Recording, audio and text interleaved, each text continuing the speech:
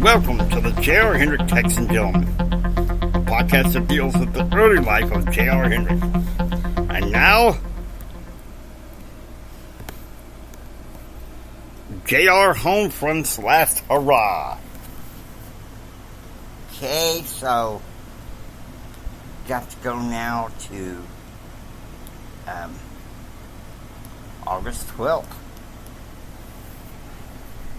6 a.m. But there I was, 10 minutes after takeoff, when I turned around to look at the girl who was in the aisle seat with me. Business class. Turned out it was Connie Brookins, a friend of Jennifer Bowers. If you ask me, J.R., Jennifer was a fool, Connie said. You had a deeper love for her than I think this blogger that she just met a few months ago. What are you trying to say? J.R. said. I have empathy for you. And I hear that you're dating Karen Kreider. No way she can love you the way you need.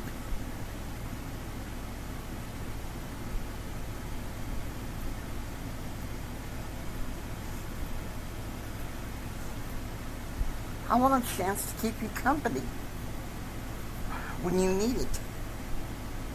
I mean, think about it. She's 140 miles away from you.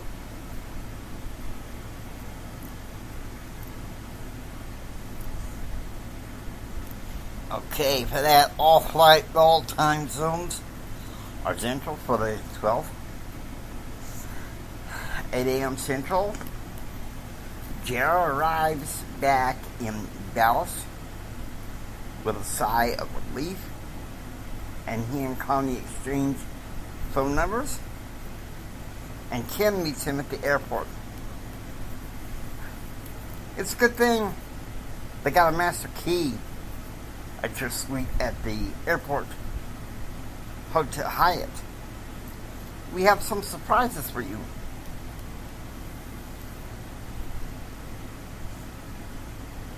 They walked to the outside of the terminal and got on the Terminal Link bus, taking them directly to the Hyatt Hotel.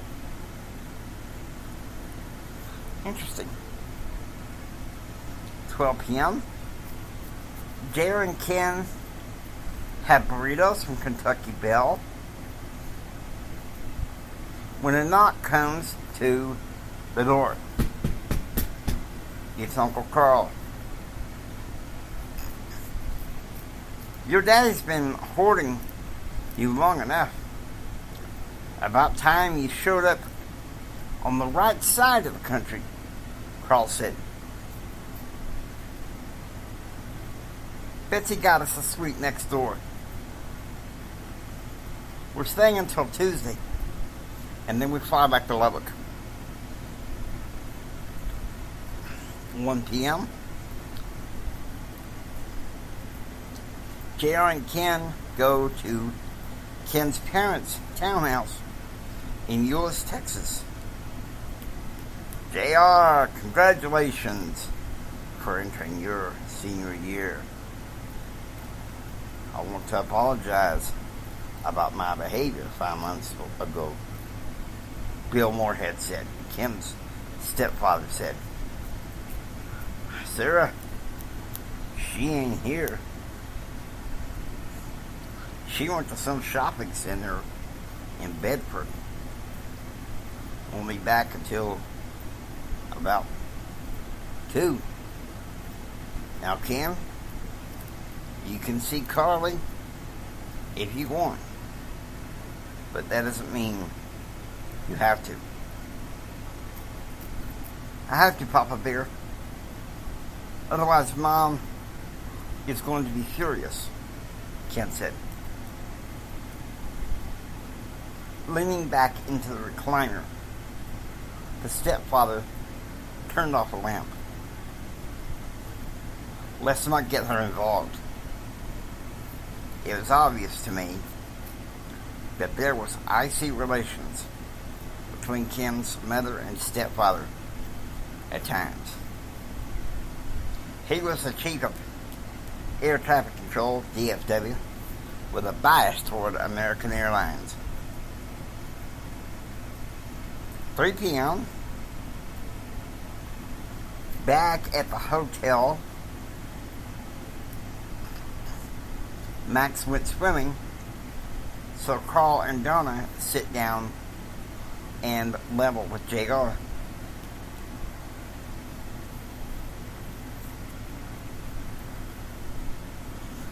I know with your mama back in, your mama going back to Texas, that your daddy's going to fool around, Carl said. I tore him a new one when I found out that he was having an affair with that singer in Nashville. I know Betsy has accepted it, but that don't make it right. I don't approve either, Uncle Carl. And you know that I've always been scared of Daddy fooling around with Mama. Oh, I would just love that. Does that mean you're away from the ranch a lot? Oh, yeah, so my wife. Why don't you bring me to your ranch sometime on the weekends? Well, with Daddy being gone and Granddad being gone, Mama's kind of a lady of the house, so I have to clear things with her. I thought it was your grandma. Well, she is too, but she's more old school. I'm asking you to be patient with me. At least agree to come see me. You know, I know you're still in high school, but at least come see me after school. I might help you with some of your homework. Well, we don't have math in senior year in high school, do we? No, we don't, Jared, we don't. All right, then. Well, come over, I'll help you. We'll work it out. You're awesome, Jared. And you too, Don. Hey, say, one more thing. You might come see me on Friday night and parts of Saturday. Hey, do you want to go to church together on Sunday?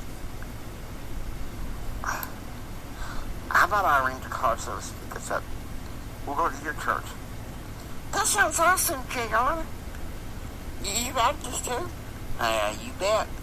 All Swain gentlemen are Baptists. You really are a gentleman, J.R. I mean, you haven't tried to grab at me or nothing? No, that's not my style. Listen, I'll talk to you later, okay? My daddy's on the phone. Talk to you later.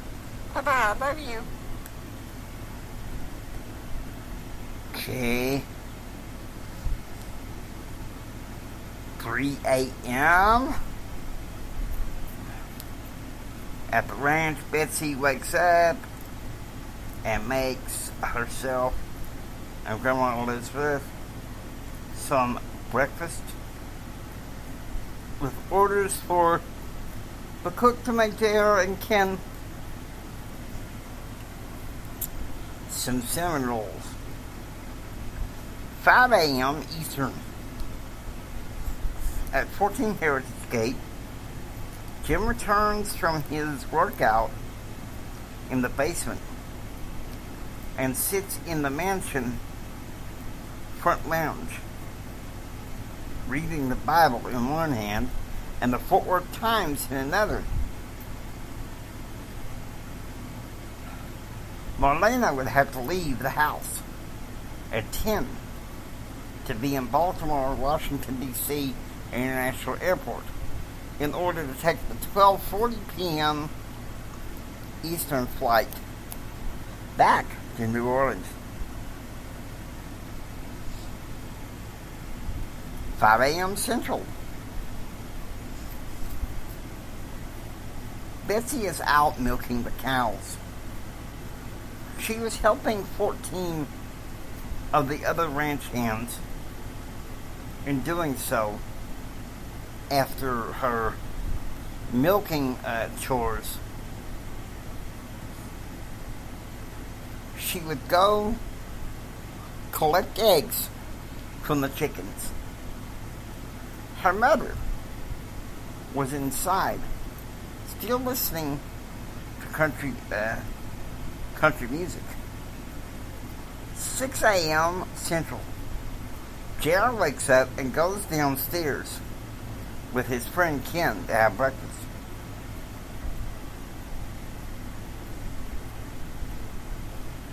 I can't believe it. Shannon Faulkner is the first woman admitted to the Citadel, Ken said. Guess I have no problem with that. Daddy always said that a woman had a right to join the military, Gerald said. But the military, Grandma Elizabeth said, ain't no place for a lady. When your granddad ran off John Dustin for the first time in 64, your mama wanted to join the Marines. And your granddaddy said, hell no.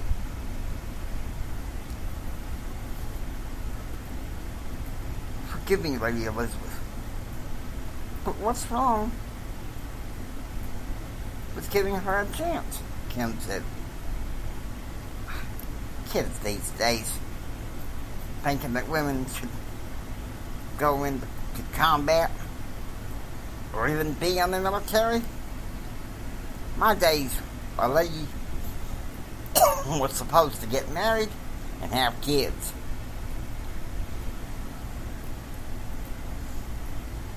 "8 a.m. Eastern. In his office, Jim is working on an operational database, getting ready for the SBA meeting with Leon Panetta, discussing the president's priorities on which part of the budget to augment and which ones to cut. Yesterday, the CBO recommended more cuts in the budget, especially education. This didn't make Jim very happy. Then a man in his mid-40s walked into the room. "Jason Aldridge, I would like to start working with you as soon as possible," the man said. "Jason, I already got spots."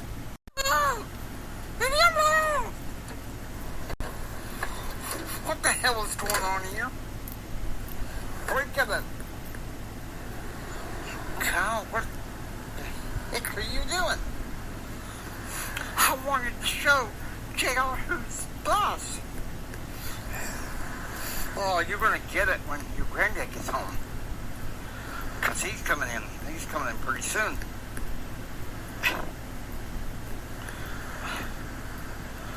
Kyle Richard Dustin. You know better than that. I know you just got this for your birthday not too long ago. Hand it over. Wait a minute. First Christine beats the heck out of me on my birthday, and now this? Until you can learn that a knife is not a toy, you're going to stop. Now, a few months ago, your mama got a hold of you because you was cutting into the countertops. A knife is not a toy, especially not on this ranch.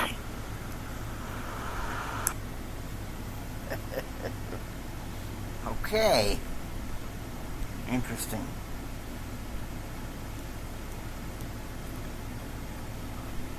2 a.m. Central. Grandma Elizabeth wakes up with belly pain. Kelly, the night nurse, gives her prescriptions, and she reaches for her tonic. And then she goes downstairs into the den to listen to Hank Williams. 3 a.m.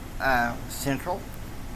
Betsy wakes up and went out into the ranch to see to it that some of the pigs that are still awake do some breeding.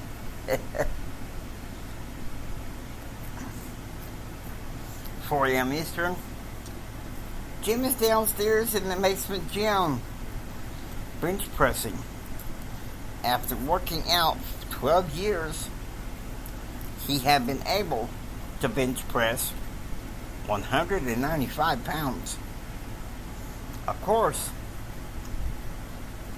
returning to the oil field in 1987 was one thing that helped. This afternoon, he was to go to the SBA meeting where White House Chief of Staff Leon Panetta was to discuss the budget. 6:45 a.m. Betsy comes back with donuts for JR and Christine. Christine had just come home from spending the night with Jennifer. 8 a.m. Central. JR and Elizabeth are in the living room talking. I never appreciated how sometimes your mama will just take off in the dead of night and go to Nashville, leaving you here. Or worse yet, have you stay with your Uncle Carl when everything you're used to is right here, Elizabeth said. When I go, when your daddy goes, he will be the man of the house. I don't care what you don't want, JR. I'm sorry. I don't mean to be so harsh. It's just that your granddaddy wanted one of the male grandchildren to have the ranch. And as much as I love Kyle and Thomas, I don't think they're fit for it. You think he's going to turn it into condos? Kyle was investing in real estate until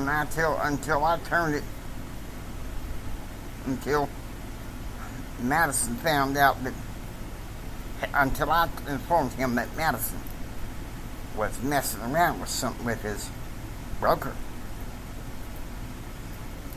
Even though I don't want it. You want me to have this prime real estate. I don't need the money. No! Grandma Elizabeth whispered. It ain't about that. I need some serious time to think about this, Grandma. Please don't let your granddaddy down. This is his dying wish, okay? So you don't know much about gathering cattle or animals. But he says he sees a landowner in your blood, as well as anything else you want to be. Kyle's Richards. Shut up.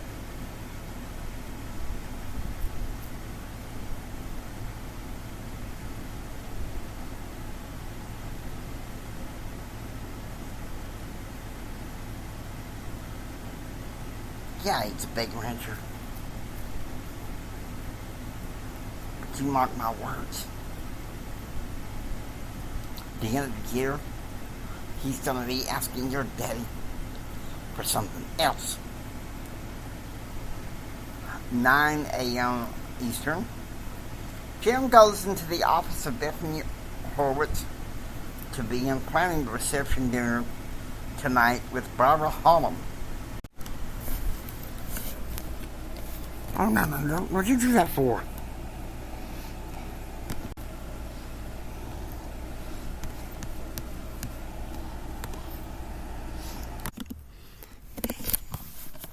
Okay.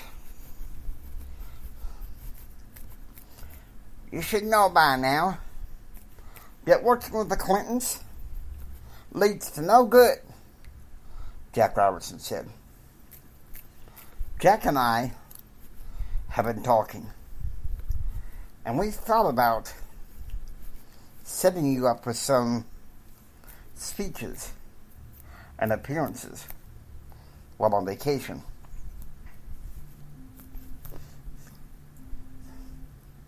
We got you speaking at a Republican fundraiser in Richmond on Tuesday. On Wednesdays, you're speaking at the Wills Johnson Hospital to some of the administrators and staff. Then Saturday, you are speaking at the Marriott in Richmond, Scotty said. Clinton can't even hold his administration together as Bush did. Clinton lies. Clinton and his staff make excuses for each other. He's using flowery cadences to try to win over the voters. My hope is that we can snatch it from him in 96 before it's too late. 7 p.m. Eastern. Dinner that night at 14 Heritage Gate was beef and cheese quesadillas with jalapenos and picante sauce. Scotty had spent a considerable amount of time in Texas, so quesadillas was something that he enjoyed. 7 p.m. Central. The Bible study at Dr. Michelle's house was something that JR was looking forward to. Although he was enjoying his time at the ranch, his mood was beginning yesterday to be morose as he saw his grandmother's deteriorating health. Dr. Michelle was back working at Permian Basin for life, and Karen would be getting a job at their pregnancy crisis center. 9:45 p.m., Brad pulled out in front of the ranch. Look, kid, if there's anything you need, just be sure to let me know. I'm on your side, JR, Brad said. As you all know, my grandma's dying. I might not need to reach out to you guys for comfort and support, JR said. All of us are here for you, and you know it. Okay, so... Oh, here we go. 1 a.m. Eastern. Jim wakes up and goes downstairs to the mansion front lounge, feeling depressed from the lack of support he was getting in Washington, D.C., and cursing as he lights a cigarette. Jim said he wants to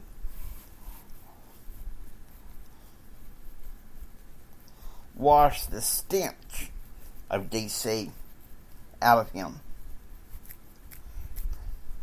Regardless, he knows he has support from one person. His son JR had called him Wednesday night when leaving First Baptist Church. JR was his pride and joy. Kyle, as he put it, was too unproven. And Christine was too much like me.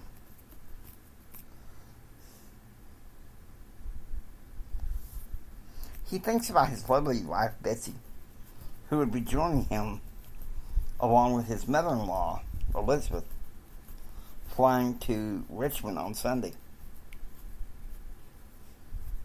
He longs for her after 17 days of being away from her. 1:20 a.m. Eastern. Reuben the night charge servant approaches Jim with some coffee. He engages Jim in some silent conversation. 2 a.m. Eastern. Jim is on a conference call with Bernard Britley.